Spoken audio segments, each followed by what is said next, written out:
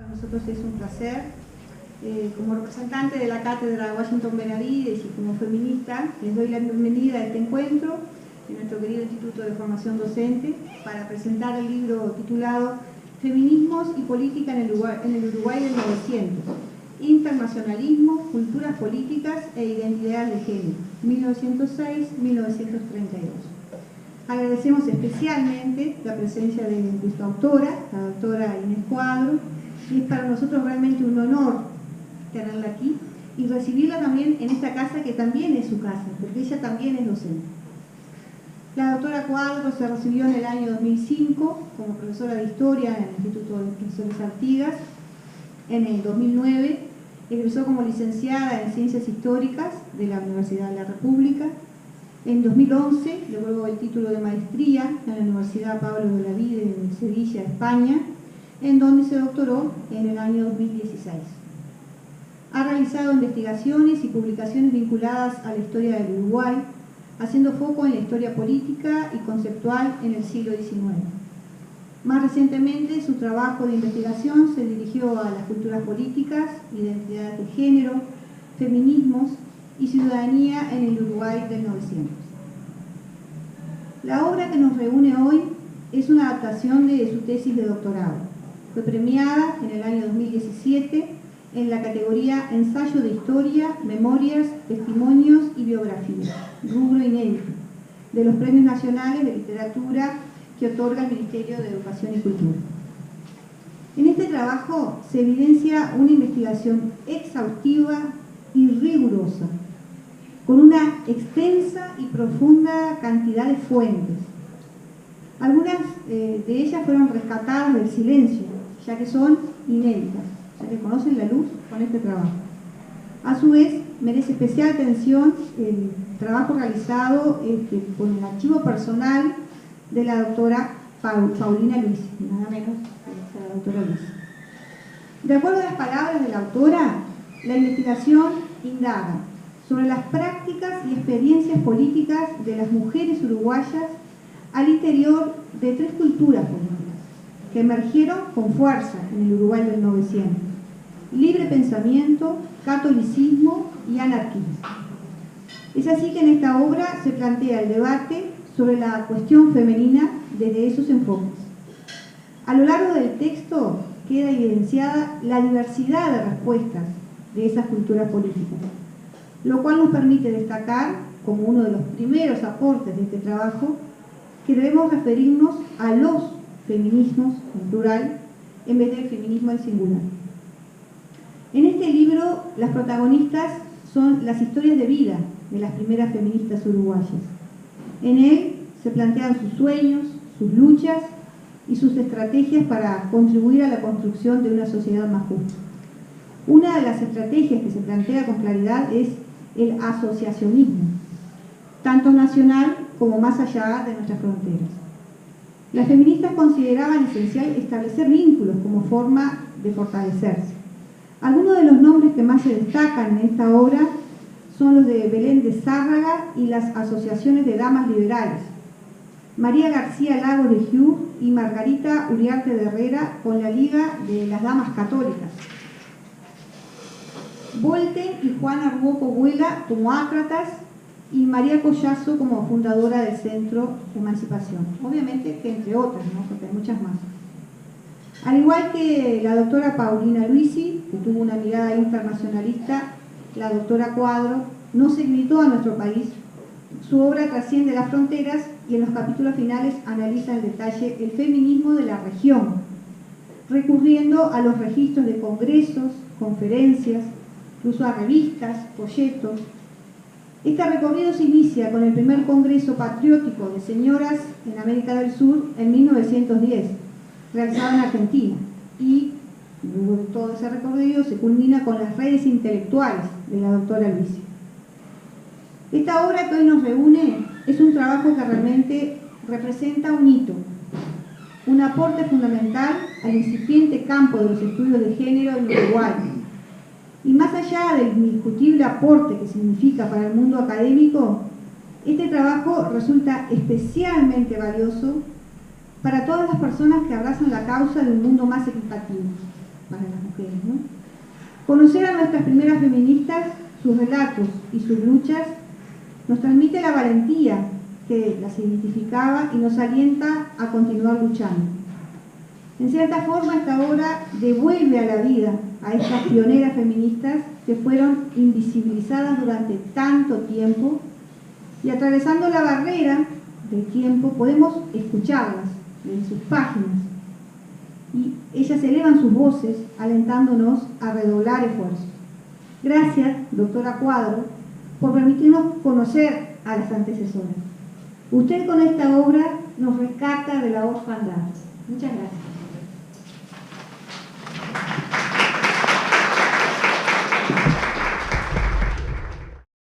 Bueno, quería agradecer en primer lugar a la Cátedra Guasimo Benavides por la invitación, en particular a Maximiliano Santos, que fue el que actuó como intermediario. Bueno, también al Instituto de Formación Docente por permitir que, bueno, generar estos espacios que creo que son ricos para todos, para ustedes, para mí. Y también, bueno, a Nicu, que apoyó esta iniciativa. Y bueno, muchas gracias, Sheila, por tus palabras, que me quedan grandes, pero sí decir que quería un poco, pensando un poco qué contar o qué les podría resultar interesante de este trabajo. Yo cuando leo un libro, en general, capaz que es un poco de formación profesional, pero me gusta un poco también saber cómo la cocina del libro, es decir, cómo se llegó a esto. Este es un trabajo que a mí me llevó como muchos años, son más o menos unos 4 años de investigación y 1 año de redacción, pero supuso muchas horas de silla, digamos. También después de crear, ¿no? Pero todo el trabajo, sobre todo de relevamiento documental, es un trabajo de mucha paciencia.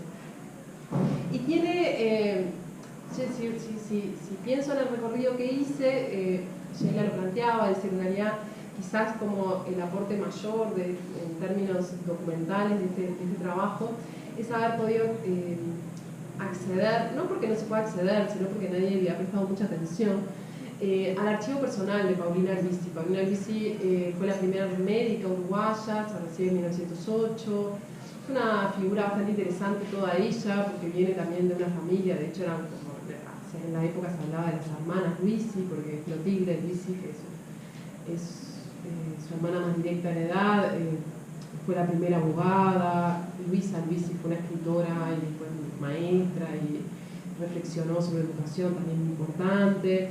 Es decir, bueno, las hermanas Albizzi, Inés, que es la más pequeña, también fue médica, como fueron pioneras en la época, formadas en una educación más liberal. Su padre era masón, venían hijas de inmigrantes, la madre francesa, el padre italiano. Es decir, sin duda eso incidió en tener una cultura diferente que les permitió de alguna manera optar por algo que hasta ese momento ninguna mujer había optado, que era después de terminar el instituto normal, es decir, el magisterio, que era como el estudio terciario que habitualmente hacía una mujer, entrar a la universidad. ¿Sí? En 1901 entró a la universidad y en 1908 se recibe como médica. Paulina tiene, como por su propia curiosidad, por su propia profesión, también bastante conciencia de lo importante que es todo lo que recibe, su correspondencia, y eso hizo que preservara todo lo que recibió, con lo cual en los 50 años más o menos, que empezaría como su vida más pública, de 1900 y 1950, que muere bien de Maracaná. Yo creo que ese es un factor para que haya quedado visibilizada absolutamente. Bueno, la cuestión es que Paulina deja un archivo que es brutal, que son 4.000 documentos, unas cartas que escribe realmente de una heterogeneidad enorme, pero sobre todo figuras muy importantes del ámbito nacional e internacional. Pero más allá de esas figuras importantes, a mí lo que más me interesó fueron ver esta correspondencia entre mujeres que se empiezan a definir como feministas, que empiezan a ver en la causa de alguna manera de la emancipación femenina o de tomar conciencia sobre la necesidad de buscar caminos que permitan un poco cambiar el statu quo en la relación hombre-varón. Esta correspondencia es realmente como una, yo me lo imaginaba siempre como una especie como de ventana a la intimidad femenina. Y bueno, yo soy chusma, tipo, en realidad hay una parte que te cautiva eso, ¿no? Yo iba a veces y era como, bueno, la novela sigue la semana que viene, porque como que empezás a ver correspondencias que se escriben diariamente, es decir, hay con algunas de ellas que tienen vínculos muy cotidianos, y la correspondencia no está pensada para que sea pública, con lo cual tiene todo eso de la espontaneidad, de esa cosa como más fresca, pero también a veces donde se relata mucho donde cuentan sus experiencias como familiares, la relación con otras mujeres, la relación con sus varones, pero sobre todo a mí lo que más me impresionó es como también en esta correspondencia había tanta información de la vida nacional del país, de la vida internacional, esa imagen de las mujeres como medias que cerradas en el hogar, sí pueden estar en el hogar, pero en realidad con un conocimiento político muy fuerte. Y ahí entra uno de los planteos que a mí me parece interesante, que un poco motivó también esta investigación, decir, bueno, en realidad, la vida, a mí siempre me gustó la historia política, entonces decir, bueno, la historia política de las mujeres comienza con el derecho al sufragio, es decir, comienza cuando empiezan a votar. Entonces, hasta 1938 en realidad no hicieron política las mujeres. Y en realidad lo que uno percibe es que sí hicieron mucha vida política, pero tuvieron que caminar, como transitar por otros caminos. Y esa puede ser una desventaja, no poder tener el derecho al sufragio, es un sufragio tardío, piensen, ¿no? Recién en 1928 votaron las primeras mujeres en Uruguay. En relación a otros países, podríamos decir que no es tan tardío, ¿no? En Argentina posterior, en Chile es posterior, en América del Sur en general, salvo Brasil, la mayoría de los países las mujeres votaron después. Pero lo que sí es interesante es que en realidad el quedar por fuera del sufragio las conduce de alguna manera o las interpela a buscar caminos alternativos. Y por eso era lo que un poco decía Shaila, el asociacionismo, unirse, generar asociaciones. Y mandan cartas a medio pueblo. Uno puede decir, hacen lobby. Sí, hacen lobby, ¿qué vas a hacer? Si no tenés un diputado, no puedes votarlo, por lo menos tenés que convencerlo de algo, ¿no? Entonces, eso es una de las metas que me parece importante transitar y un poco trato de transitar en esta obra, ¿no? Es decir, ¿cuáles son los caminos alternativos que les lleva a las mujeres querer poder hacer política cuando están excluidas del sufragio?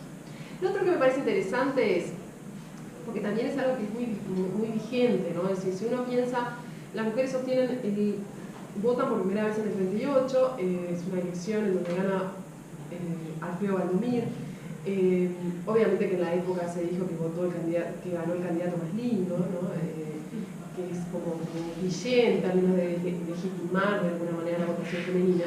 Pero lo que a mí más un poco me conmovió, debo decir, es que si uno lee los discursos de estas mujeres que empiezan podríamos decir, como sufragistas, que empiezan a reivindicar los derechos políticos, en todas ellas en realidad no interesa tanto votar, lo que interesa es poder ser representantes.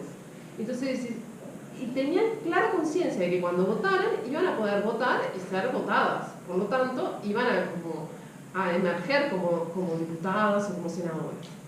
Lo cierto es que en realidad la historia, uno ya tiene como la ventaja de que tiene como un diario del lunes, ¿no? Es decir, bueno, en realidad en Uruguay las mujeres votan en el 38, en el 42 acceden 4 mujeres a la Cámara de Representantes y desde el 42 a la década del 90 nunca superaron el 3% de la representatividad, ¿sí?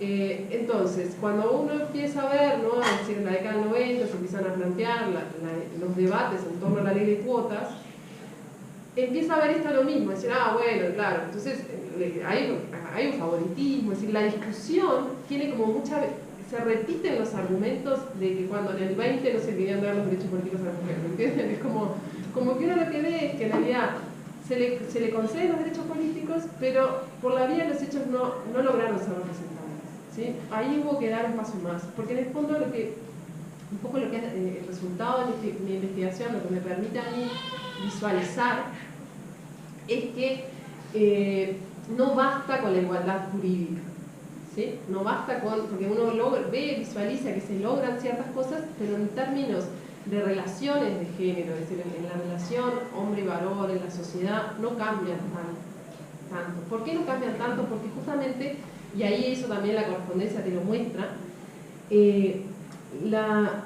los cambios más radicales son cambios que están involucran a la subjetividad de los sujetos, es decir, que el sujeto realmente pueda cambiar su forma de pensar, su mentalidad. Y ustedes sabrán que eso es re difícil. Nosotros, la educación puede contribuir, pero es una educación que tiene que ser educación familiar, es decir, hay una joven que yo llegué a sus cartas de pura casualidad, porque en realidad el archivo de Paulina tiene una gran desventaja que no está ordenado, tampoco se han tomado el trabajo de hacer una descripción de ese archivo. Llegué a unas cartas de una joven de 16 años que le escribe a Paulina Ricci, ¿no? Le escribe, y en el fondo ella empieza a escribirle diciendo, bueno, mi situación es la siguiente, yo quiero ser médica como usted, pero en realidad en mi casa me dicen que estoy mal de la cabeza, que quiero renunciar a lo que es en realidad mi destino como mujer, a casarme, a tener hijos, es como que estuviese negándome mi condición de femenina. Entonces que ella le ve con mucha angustia, porque no quiere como que su madre de alguna manera como defraudar a su madre. Yo leí la primera carta y me dio como una ternura, pobre, qué gracia, porque claro, por una parte ahí también tomaba conciencia de cuánto hemos, si bien en otras cosas no, pero en estas cosas ya a nosotras las mujeres no nos resulta un dilema decir, no, voy a seguir estudiando, ¿no? Podríamos también ser conscientes de que en realidad después el estudio nos resulta bastante mucho más complejo y si nos casamos, tenemos hijos, resulta los tiempos de las carreras son más largos, los momentos de estudio son otros. En la época, un poco en las cosas más feministas, hablaban muchas veces del machonismo, de las marimachos, de las mujeres que tenían como un poco que estaban como frustradas amorosamente y por eso optaban por estas cuestiones de los feminismos y demás. Decís, bueno, en realidad lo viven en su cotidianidad. Es decir, quieren estudiar y solo el hecho de estudiar, que tampoco sería algo tan feminista en términos de les generaba esa situación. Lo que uno ve es que en realidad hay como que cada generación está como un poco condenada a repetir los reclamos de sus antecesoras. Ustedes me dirán, no, pero hubo algunos cambios. Sí hubo algunos cambios, pero sobre todo son cambios en términos jurídicos. Es decir, en términos, si uno ve como el lamento, es decir, las cosas que angustian, que generan malestar, hay una sensación de que hay cosas que no se resuelven, ¿entienden? Por eso también es importante, es decir, si ustedes me dicen, ¿por qué uno cuando hace un trabajo le dedica 5 años? No es solamente una mera curiosidad intelectual, ¿no? Puede ser, ¿no? Pero en mi caso yo creo que ha habido también una sensación de que este presente que está como tan, en donde uno visualiza, digamos, estos temas como con tanta fuerza, ¿no? Donde ve una marcha del 8 de marzo que se ha convertido en la marcha más multitudinaria del país. Es decir, bueno, en realidad hay que darle densidad histórica y darse cuenta de que en realidad no es nuevo. No es que estas generaciones vienen como locas, están como reveladas. No, en realidad, más bien lo que uno ve es que frente a en ciertos momentos ha habido momentos de tensión donde las mujeres de alguna manera se pusieran como más firmes en tratar de romper como con ciertas conductas que las sujetan, ¿no? Es decir, como un poco el concepto de emancipación viene por ahí, ¿no? Romper. Piensen que en la época se usaba mucho la expresión de emancipación asociada a la esclavitud. Es decir, bueno, así como los esclavos se emanciparon, las mujeres no se emanciparon, ¿no? Entonces, decir, bueno, en realidad lo que uno ve es que frente a esos momentos ha habido una reacción conservadora muy fuerte. Y uno ve que en los años 30, a las mujeres se les conceden los derechos políticos por una ley en el 32, votan en el 38, pero en el 46 recién se vota la igualdad de los derechos civiles. Que miren que la igualdad de los derechos civiles es como lo más básico, es como tener la patria potestad de tu hijo. Son derechos que realmente uno los siente como cotidianamente no tenerlos. Entonces, recién el 46 que fue cuando entró una diputada mujer que logró poner esa ley como prioridad, decir, bueno, a ver cuándo se va a aprobar, porque se viene aprobando de a poquito algún derecho civil, vamos a poner... Pero después, en realidad, sobre todo a través de, piensen que los años 30 es el auge del fascismo, el nazismo, ideologías que son extremadamente viriles. Las mujeres en realidad, la Segunda Guerra, la guerra es el monumento a la masculinidad, es decir, es como los hombres que dan la vida. Y en realidad ahí va a pasar a fines de los años 50, ¿no? Que hay una filósofa francesa que es Simone de Beauvoir, que escribe una obra que es bastante como bisagra en este siglo XX, que es segundo sexo, y ella dice una cosa que es interesante, dice, ¿por qué las mujeres siempre están en esta situación de que están, logran algo, después se retroceden? Entonces dice, pasa que históricamente, desde el Paleolítico, las sociedades siempre han valorado más dar la vida que generar la vida. Entonces, en el fondo, entonces, ella lo dice en una posguerra, ¿no? Donde los hombres están como los héroes, y dice, todo bien, pero los hombres sí se matan, se mueren, pero nosotros en realidad estamos generando la vida, y a eso nunca se ha visualizado como importante. Entonces, ahí ella empieza, es todo un planteo donde justamente, por eso después en los años 60 es como la segunda ola, ¿no? El despertar un movimiento feminista que empieza capaz que a ser un poco más, incluso más radical, a decir, bueno, en realidad esto no pasa solamente por los derechos políticos, los derechos civiles, acá pasa por un cambio en el hogar, por un cambio en la sexualidad, es decir, por cambios más radicales, ¿no? Pero ahí en realidad es eso, es decir, yo un poco lo que también constato, hay una obra de Real de Azúa que en realidad está pensada para el vallismo, que él habla como del impulso y su freno. Y cuando nosotros trabajamos esto, yo cuando miro estos temas lo que veo es justamente eso, es decir, hay un impulso, hay impulsos, pero también frenos muy fuertes. ¿Y por qué insisto en esto? Porque en realidad también para comprender nuestro presente es importante percibir cuando estamos ante frenos, ¿no? Y cuando empiezan a emerger discursos más conservadores, discursos que tienden a poner mucho más el acento en el esencialismo, en la idea de que las mujeres y los hombres por naturaleza están predispuestos a determinadas cosas y que hay que poner el acento en eso, ¿sí? En realidad, básicamente el esencialismo lo que termina haciendo es limitando cualquier posibilidad de cambio, porque si existe así no hay mucha posibilidad de que cambie nada, ¿no?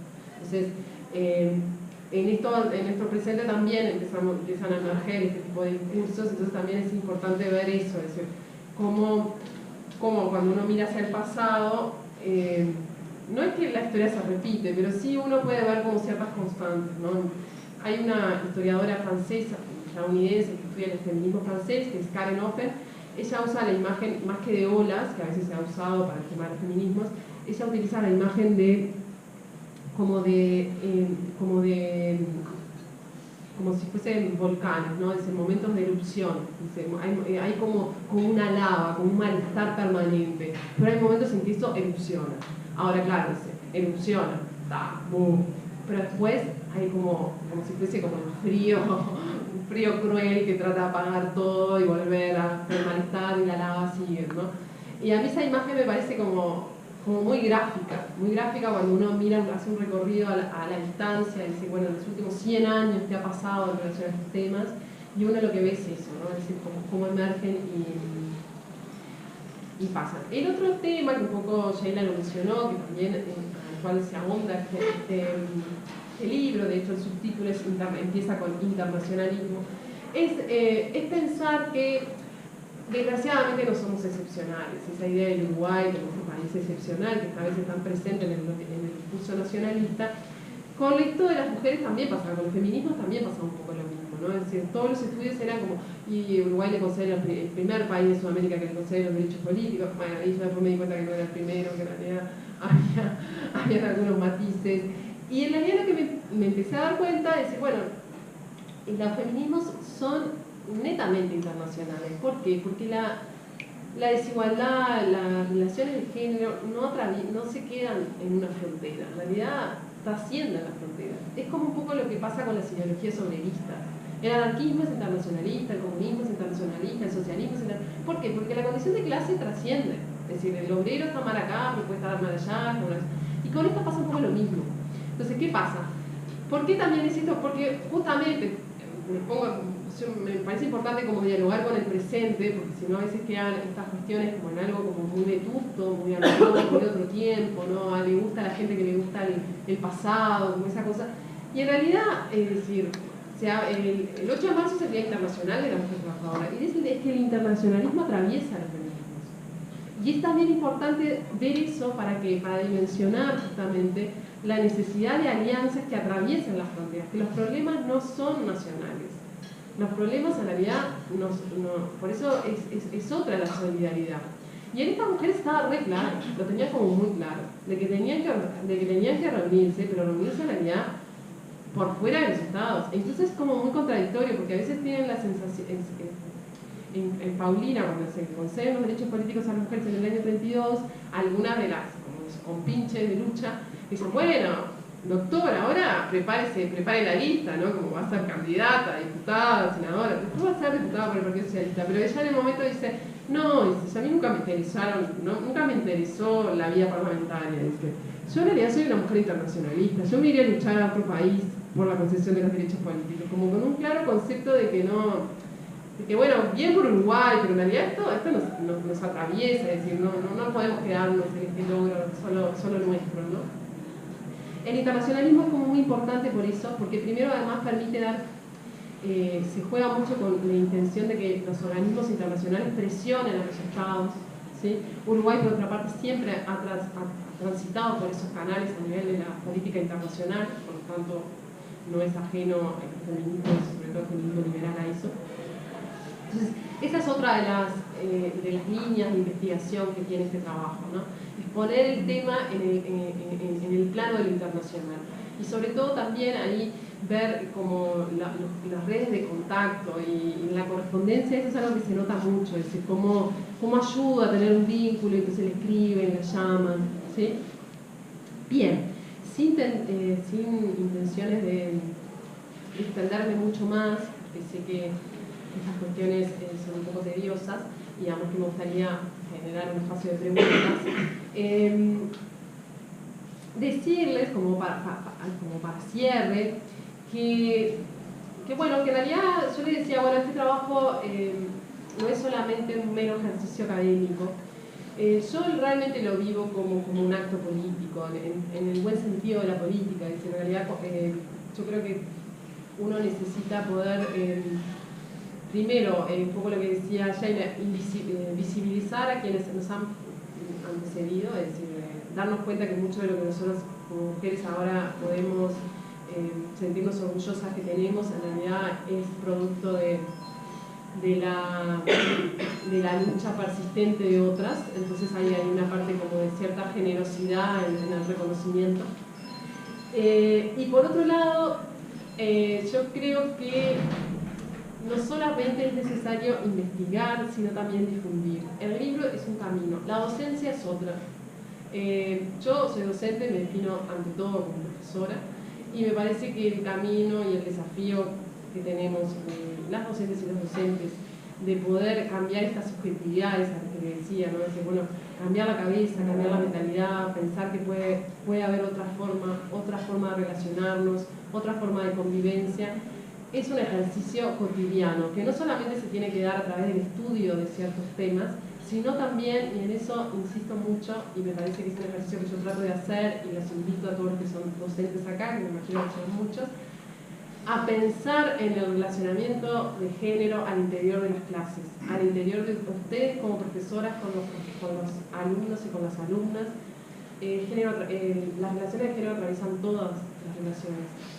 Las relaciones entre ellos, es decir, a veces es interesantísimo ver cómo pueden ser súper críticos respecto a otra y después en el marco de la clase las mujeres son las que sacan los apuntes, los hombres son los que... Es decir, hay como ciertas dinámicas que se repiten.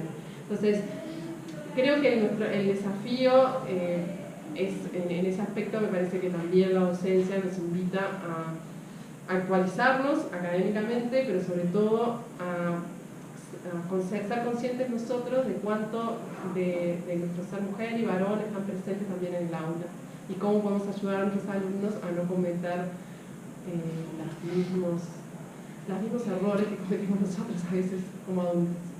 Bueno, nada más, muchas gracias por la atención y por el espacio.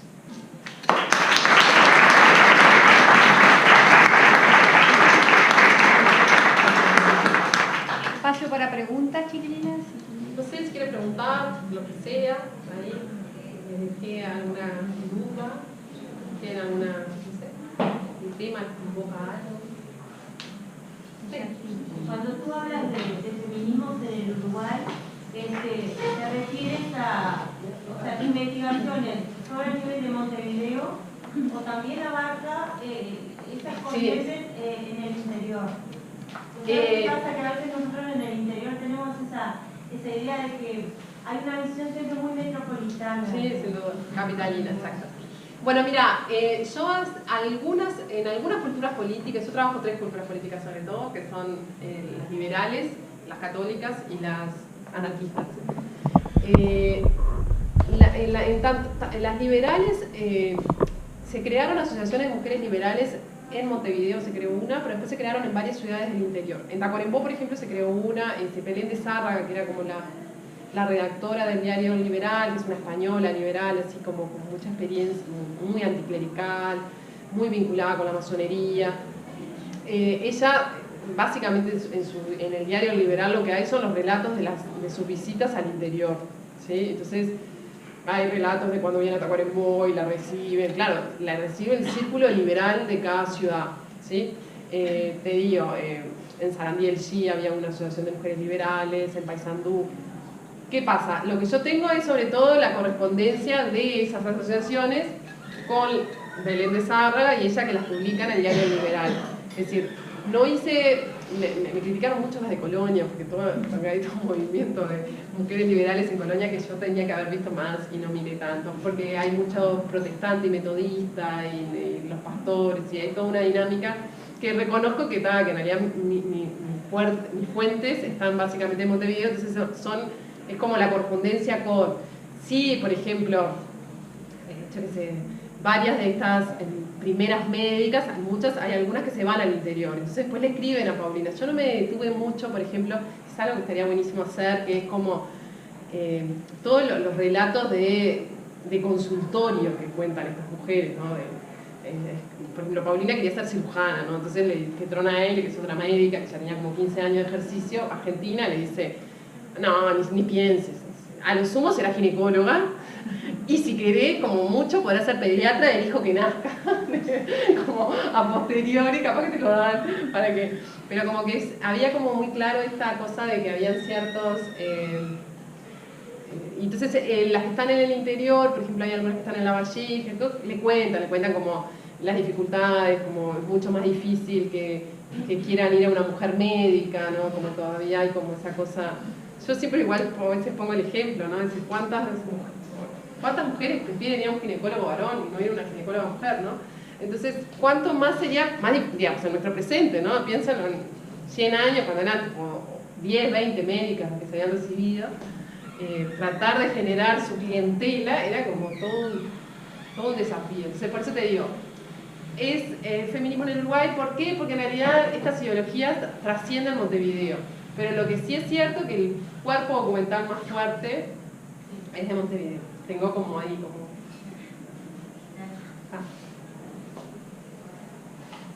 No sé, sí. Quería comentar algo. Sí. Justo a propósito. Contarte algo que está pasando en Tacuarembó, y es que existe una colectiva feminista recién generada. Sí, el año pasado. Y esta chica, en representación de ella, se iba a presentar, pero como estaba estudiando, llegó un poquito tarde, entonces queríamos que ella lea igual lo que preparó. Ay, sí, obvio, claro, sí, está perfecto, dale. Dale. Ahora cuando termine la sesión de preguntas igual. Dale, feliz, sentate igual acá más adelante. Dale. No sé si tiene alguna otra pregunta, alguna cosa que... Yo quería preguntar algo. Sí. ¿Cómo encontraste la resistencia de mis mujeres frente a estas mujeres liberales? Porque hoy en día se ve, no de tanto grado, pero sí había una resistencia importante del mismo género frente a las feministas. Bueno, sí, la resistencia mayor, en realidad, ellas mismas lo perciben. Y en la correspondencia justamente hay dos cosas que perciben muy claro y que también es algo que también tiene como mucha vigencia. Una es que hay muchas mujeres que en realidad son como peor que los varones, ¿no? Como decir, son más machistas que los hombres, ¿no? En el sentido de que las ven como un poco como... Por ejemplo, en el caso de las mujeres universitarias, es interesante, capaz que la conocen, Juana Ibarburu, ¿no? Juana Ibarburu fue una feminista furibunda, ¿no? Me pareció que todas eran una loca conservadora, reaccionaria, ¿no? Con toda una vida que uno podría decir, bueno, ya, realmente una mujer que podría estar de las primeras filas en tratar de cambiar su situación, pero no. Cuando se aprueban los derechos políticos, se escribe un artículo en el Mundo Uruguayo diciendo que es lo peor, el fin de la familia, ¿no? Muchas de las mujeres, entonces las mujeres universitarias decían, bueno, estas mujeres que se han destacado, ¿no? Sobre todo las literatas, dice, bueno, se han destacado porque en realidad, claro, se han destacado en el mundo de hombres, ¿no? Juana de América, en el mundo de... Entonces, no les interesa que otras mujeres pasen, porque en el fondo para este asociacionismo es un tema de tratar de que seamos muchas las que podamos lograr esto. Estas son mujeres que se destacan en realidad porque hay otras que no se destacan. Entonces, hay como mucha rivalidad en eso, ¿no? Yo siempre pienso que en realidad los cambios se dan muy lentamente. Hay algunas veces, en esta época, por ejemplo, las liberales consideran que la religión es uno de los factores que menos contribuye a los cambios. Entonces, por ejemplo, van a plantear de que la educación, una educación racionalista, en el Uruguay desde 1909 se elimina la religión de las escuelas públicas, entonces hay como una cierta expectativa de que las mujeres que logren acceder, José Valle Ordóñez tiene mucho ese pensamiento, ¿no? Por eso también se va a crear, como se llamó en la época de la Universidad de las Mujeres, si las mujeres logren tener como un desarrollo más intelectual, van a poder de alguna manera no ser tan supersticiosas y no estar tan, como sobre todo, controladas por los curas, ¿sí? Entonces las liberales son muy críticas con las mujeres, sobre todo por la religiosidad de las mujeres católicas. Y en ese aspecto son como súper provocadoras, por ejemplo, no sé, de hacer un banquete de carne frente a la iglesia el Viernes Santo. Como llamaban banquete de la promiscuidad, como para mostrar, digamos, en ese aspecto, por eso cuando yo les decía que las prácticas alternativas de hacer política eran de las más creativas, ¿no? En ese aspecto sí. Yo incluso, una cosa que de hecho alguna gente me objetó en su momento, es porque incluyo a las mujeres católicas dentro de las feministas, ¿no? Porque yo hablo de feminismos y hay un feminismo católico. Hay una cosa que es cierta, en la época en realidad ellas se definían como, hablaban del feminismo cristiano. Entonces yo decía, bueno, si yo estoy tratando de ver quiénes son las feministas en el 900, mal que me pese, aunque en el concepto actual del feminismo no se ajusten, en realidad ellas lo veían, ellas se percibían como tal. De hecho, también son las primeras que reclaman los derechos políticos. ¿Por qué? Porque tienen un claro concepto de la practicidad del sufragio. Si vos votás, vos lográs que vayan al Parlamento, ellas no se percibían como representantes. Pero si vos lográs que vayan al Parlamento aquellos que no van a votar la ley de divorcio, por ejemplo. Entonces, digamos, nosotras tenemos que lograr interceder. Si no, estamos sujetas en una sociedad donde ellas perciben realmente de que la religiosidad y sobre todo lo que ellos llaman como la preservación de los valores morales depende de las mujeres, ¿no? Como que los varones son más proclives a desviarse, ¿sí? Entonces en ese aspecto me parecía que era importante dar cuenta de estas mujeres y sobre todo también a mí me gustó un poco interpelar un discurso que era muy liberal pero que después la historiografía lo tomó, que es la idea de la pasividad de las mujeres católicas, como que están dominadas por el cura. Y en realidad lo que yo empecé a ver en las investigaciones que hice, es que en realidad las mujeres católicas estaban totalmente convencidas de que estaba en peligro la familia y que lo que hacían, lo hacían con un convencimiento de causa que no era porque estaban... yo no sé cuánto, digamos, yo vengo de una familia de cierta origen, familia católica, y conozco a algunas mujeres católicas cercanas que justamente lo que me parecía que era muy injusto, porque realmente tienen una conciencia militante muy fuerte. Entonces, ¿y qué pasa? En realidad en esto salir a defender los valores era como muy contradictorio, porque por un lado decían, las mujeres tienen que estar en el hogar, pero después en realidad vos no las veías nunca en la casa, porque con todo lo que hacían estas mujeres... Y sí, efectivamente, la militancia, la caridad, la evangelización, las obras sociales se convirtieron en su instrumento, pero también en una forma de... Porque uno ve en el discurso cómo va cambiando, de que una medida que se van comprometiendo con las acciones sociales, se van dando cuenta de que la ausencia de poder político hace que sus obras sociales no prosperen. Entonces ahí hay una... Entonces, hay una historiadora española que a mí me interpeló mucho, que ya se hace esa pregunta, es decir, ¿por qué las historiadoras ponemos como feministas a quienes en la época no se definían como feministas, que eran por ejemplo las anarquistas, que consideraban que el feminismo era como de clase medio ociosa, que no tiene nada que hacer y por eso y no a quienes sí se definían como feministas, que eran las católicas? Entonces yo dije, sí, en realidad tiene razón. hay que buscarle la vuelta, hay que darse cuenta por dónde son. Por eso me parece que es importante, y Yaila lo decía, es decir, yo insisto mucho con el tema de los plurales en los feminismos. ¿Por qué? Porque en realidad hay muchos matices, muchas formas de entender por dónde debe pasar el cambio. Y todo suma, ninguno tiene por qué ser tan eliminarse, ¿sí? En la época, otro de los grandes problemas entre las mujeres no era solamente las mujeres que estaban en contra de las feministas, sino entre las propias feministas, que había como muchas divisiones, muchos personalismos y muchos subgrupos. Vieron eso de que cuando hay muchas mujeres reunidas el problema, bueno, en la época también, en el 900 era, y ellas lo percibían como una debilidad, ¿sí? A ver, yo creo que es algo que no creo que sea algo exclusivo de los movimientos mujeres, creo que es algo muy propio de todos los movimientos sociales, la tendencia a la fragmentación, los personalismos, los egos, que eso debilita las causas, estamos todos de acuerdo que sí, debilitan, pero también es un poco... También lo de lo plural me parece que es importante con el tema del concepto del uso de la palabra mujer, no usar tanto mujer y siempre hablar más de plural, mujeres, porque somos muy distintas, los varones son también muy distintos, tampoco está bueno hablar del hombre como el hombre macho, son los varones y hay algunos que son así, otros que no, entonces el plural en general tiende a poner énfasis en las diferencias y creo que todos por ahí me parece que se puede construir algo más cercano a la realidad, ¿no? Que somos diferentes. No sé, ¿alguna pregunta más?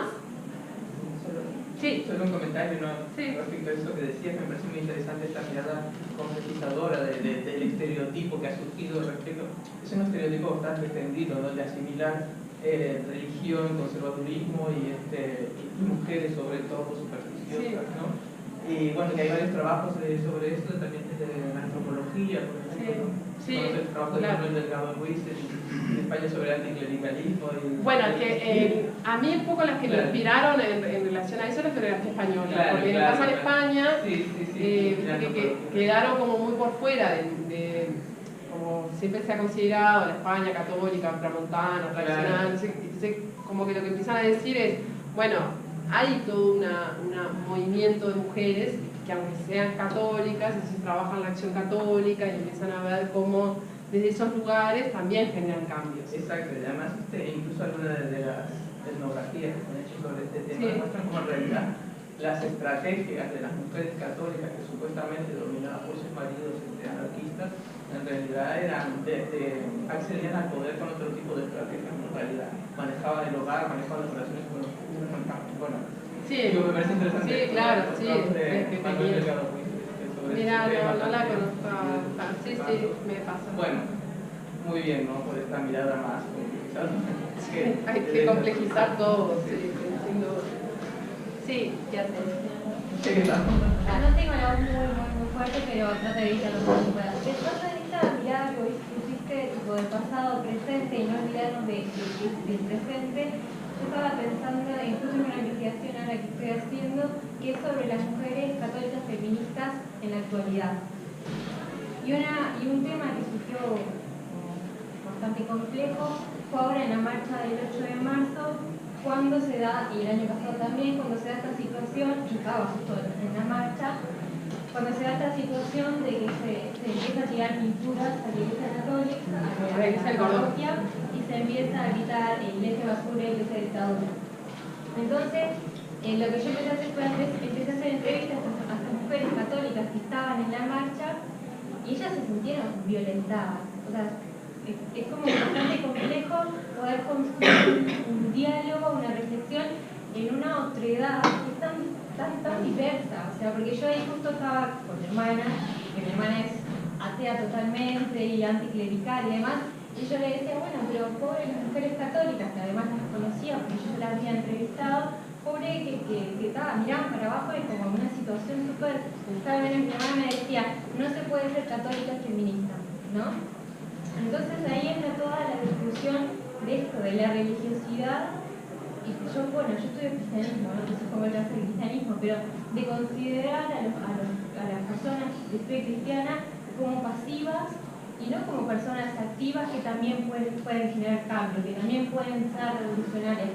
Entonces yo le decía a mi hermana y también a estas mujeres católicas, le decía que falta, y me parece a mí, y yo soy feminista también, me parece que falta reconocer esto que decía Sheila, o varios feminismos, que pueden coexistir, que podemos sentarnos a dialogar, y por más que yo pueda hablar con una persona que no piensa nada que ver a lo que estoy pensando yo, que no tiene ninguna trayectoria de clase, ni ninguna trayectoria militante, ni religiosa, podemos construir, podemos luchar juntas por la igualdad de género.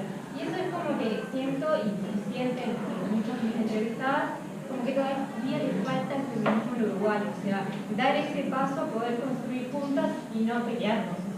Sí, bueno, yo estuve en la marcha también cuando pasó eso, y a mí me pasó una cosa. Primero que el cántico ese es un cántico. Uruguay tiene un problema que imita mucho a Argentina, ¿vieron? Un problema a veces no, a veces es una ventaja, ¿no? Pero es verdad que Iglesia dictadura está muy asociado en Argentina porque fue así. En realidad la Iglesia Católica en Uruguay tuvo una actitud muy distinta con la dictadura. Entonces eso es un poco como que yo tenía ganas de decirle, una clase de historia, a la gente, pongamos a... Pero no, como que a veces ahí ves como un poco las canciones se imitan, como se imita la barra del fútbol, la barra brava también en esas cosas, ¿no? Yo el año pasado, la Iglesia Metodista Central, me invitaron a mí, a Susana Rostañol, vos estuviste, y vos viste, el pastor, a mí me conmovió, con Susana estábamos en un acto así con el pastor termina la charla, ¿no? Explicando un poco por qué nos había invitado, porque había generado ese espacio, ¿no? Que era hablar sobre los feminismos históricos y los feminismos actuales.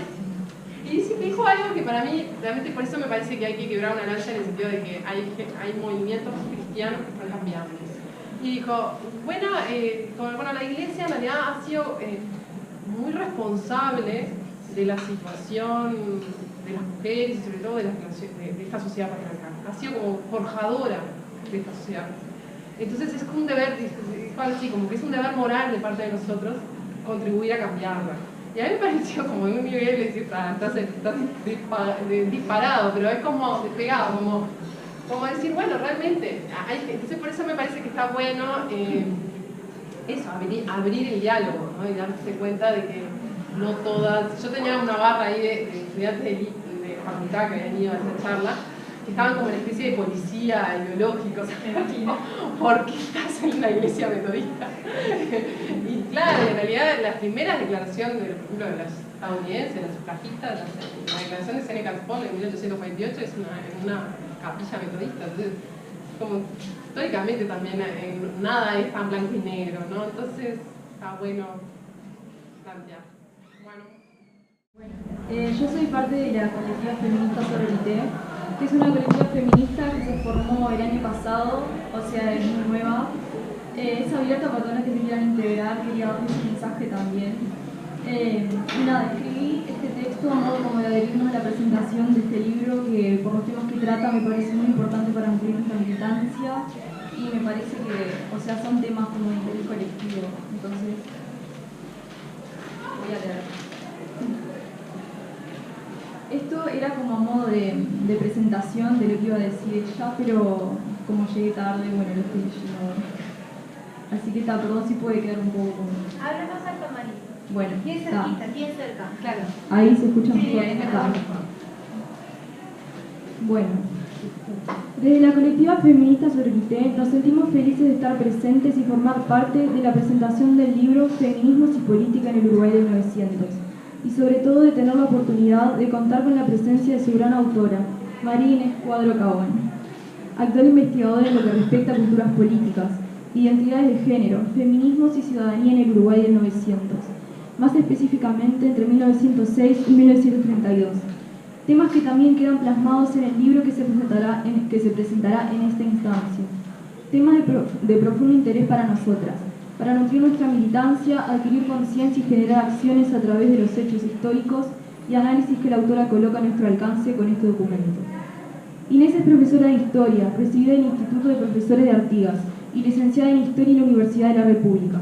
También se formó en Europa, donde en 2011 obtuvo la maestría Europa, el mundo mediterráneo y su difusión atlántica, de la Universidad Pablo del Vide, de Olavide, de Sevilla, en España. universidad en la que también en el año 2006 defendió su tesis doctoral, y de la cual este libro es una adaptación. Ha participado en varias investigaciones y publicaciones vinculadas a la historia del Uruguay, en particular sobre historia política y conceptual del siglo XIX. También premiada en el año 2017 en la categoría Ensayo de Historia, Memorias, Testimonios y Biografías, rubro inédito en los Premios Nacionales de Literatura que anualmente otorga el MEC.